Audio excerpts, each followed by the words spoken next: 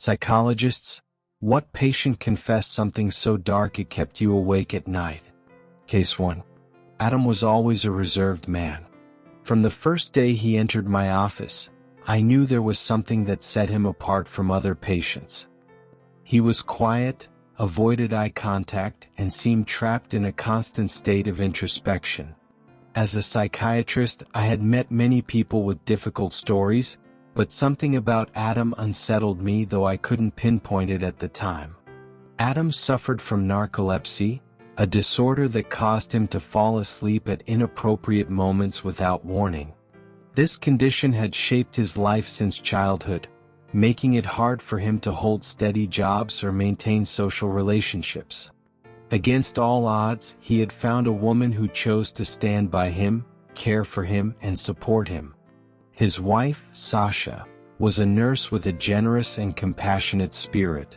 For Adam, she was his only link to the real world, his anchor in the storm. Everything changed when Sasha disappeared. Adam fell into a deep depression, and that's when he started attending my sessions. I saw him in my office once a week, always at the end of the day after regular hours.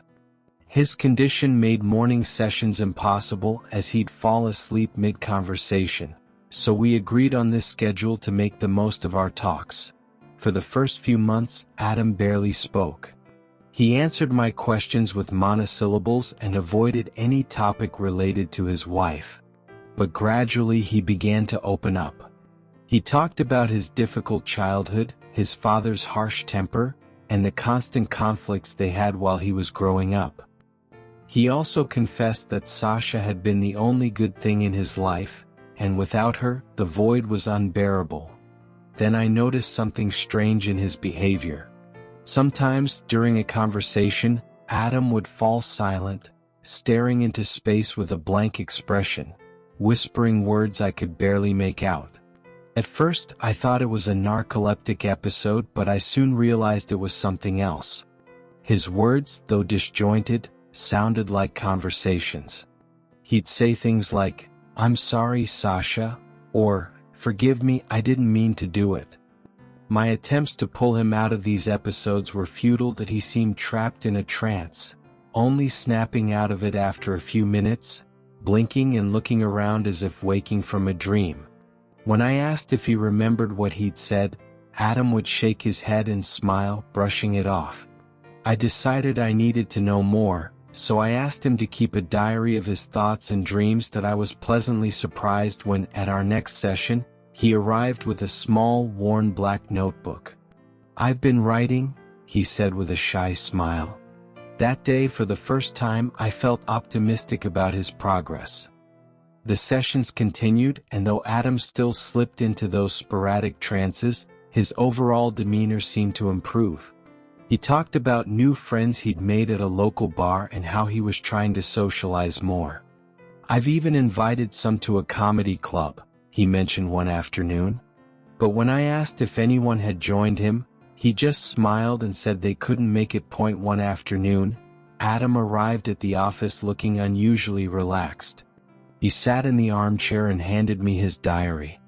"I think I'm ready to share some things," he said, and I nodded, excited by his openness.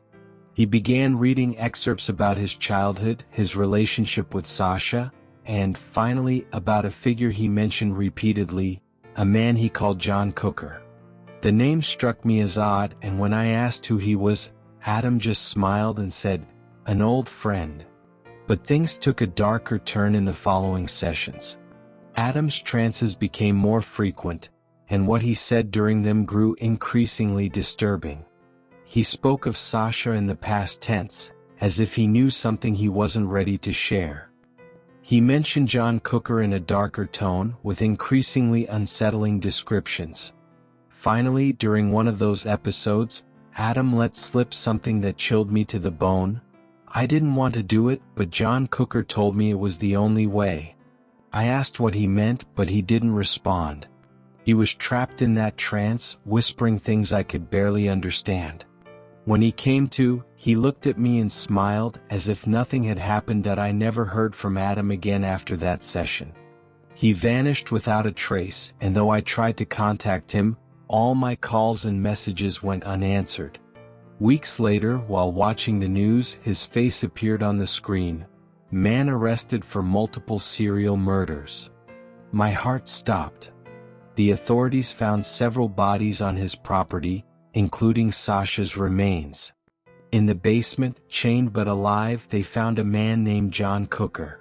Everything fell into place. Adam hadn't just been confessing his crimes in those trances. He'd been pointing to his accomplice, or at least someone tied to his story that I never heard from him again, but the memory of those sessions still haunts me. Sometimes I wonder if John Cooker was real or just a projection of Adam's broken mind. But a part of me, the part that still shudders at the memory, believes there was something more to their relationship, something I never fully understood. Case 2. About 20 years ago, I worked as a child psychologist in a small town and had a 6-year-old patient referred to me by her school for mandatory counseling. Though I only worked with her for a few sessions and it was years ago, she remains the most unsettling child I've ever encountered. The initial reason for the referral was her graphic drawings in class, depicting people being mutilated or killed. She had no exposure to violence or violent media at home, so these images were entirely products of her imagination. She was also somehow involved in an incident where another child was seriously injured under unclear circumstances, though she couldn't be directly linked to it. I discovered she had vivid fantasies about dissecting living things and had, at times, acted on those fantasies with small animals. She spoke about it casually, as if proud of her actions. Additionally, she had a reading level equivalent to a college student at age 6. On multiple occasions, she said things that took me a moment to process, as they suggested a mental quickness and understanding of double meanings and nuances far beyond her age. Her parents were middle to upper-class immigrants with a stable, supportive home, but there was a clear cultural barrier. They insisted she was good because she was intelligent and got high grades. They didn't seem to grasp when I explained that academic success doesn't equate to good behavior or moral correctness. Most concerning, I noticed that, intentionally or not, her parents were teaching her masking behaviors to hide her impulses or manipulate others to get what she wanted, rather than addressing the underlying issue. This is highly problematic because when children learn these behaviors, it's much harder to intervene. They escalate their actions while going unnoticed until they do something they can't escape, usually in adolescence or adulthood, when the legal system steps in. I strongly recommended to both the parents and the school that they seek more intensive counseling for her, beyond what I could provide. At the time, a colleague was starting a program for early intervention with young children showing extremely destructive impulses, so I gave them his contact information. The parents didn't seem receptive and abruptly moved away before we could finish our sessions. A couple of years later, I moved to another city, but I always wondered what happened to her, fearing she might have ended up in juvenile detention or worse, prison. Recently, I caught up with some old colleagues and, by chance, learned she's now training to become a surgeon at an elite institution on the East Coast. When I heard that, a chill ran through me.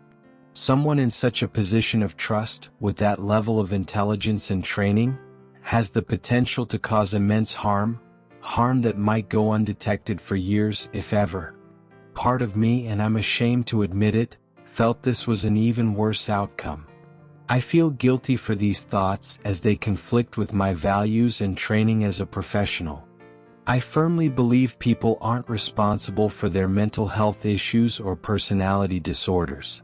In fact, such individuals are far more likely to be victims of crimes than perpetrators, and I certainly don't believe anyone should be punished or barred from careers due to a perceived predisposition to crime, especially a child that I've worked hard to unlearn the biases instilled by my professors in graduate school decades ago.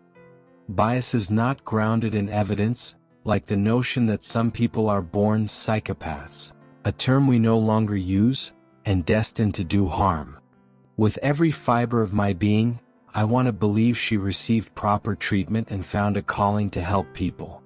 I want to believe that, but there's a lingering feeling I can't fully shake. Case 3. The staring firefighter. I was admitted to my university's psychiatric hospital for suicidal thoughts when I was 18. I was assigned to the under 22 group, where I met a firefighter in his mid-20s who, I learned from nosy patients, was bipolar. It wasn't a big deal, everyone there had some issue, right? He was very quiet, quite attractive, and kept to himself even during group sessions. But he'd give me this intense, unblinking stare all day that I'm pretty shy and barely exchanged 2 words with him. I might have smiled if our eyes met, which I avoided because of those stares. In the main lounge, a sort of living room in the psychiatric hospital, we'd all gather, and he'd sit across from me with a sketchbook. Honestly, I thought he was just passing the time. Once you're admitted, you can't leave without a doctor's approval. One day, my mother visited and noticed him staring at me. She passed behind him while he was drawing and froze as if someone hit pause on a video. He'd drawn a highly detailed picture of me hanging from the ceiling in the hospital. Calmly, my mother alerted a nurse and he was removed from the room. I never saw him again. A couple of days later, I overheard nurses saying he'd filled the entire sketchbook with drawings of me, dead, in different scenarios.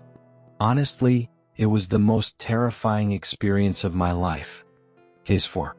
I'm a clinical psychologist in the Los Angeles area and have treated many patients over the years. But one case that truly marked me was the Menendez brothers, Eric and Lyle, who came to my office in the summer of 1989. What they shared in our sessions still haunts me. It started with a call from one of the Menendez family's lawyers. They said the boys were struggling to cope with the death of their parents, Jose and Mary Louise Menendez. While the trauma of losing parents so violently is hard to process, they hinted there was more they didn't know how to handle. The boys needed professional help to make sense of it. I didn't know much at first but agreed to see them. When Lyle and Eric arrived, the atmosphere was strange. They looked like any other pair of brothers, but there was something in their eyes I couldn't quite place. It was as if they were carrying a burden so heavy they couldn't see beyond their own thoughts. We started with surface-level talk: family, their life in Beverly Hills, the trauma of losing their parents. But soon, things took a darker turn. Lyle spoke first about his mother, saying he loved her but their relationship was strained.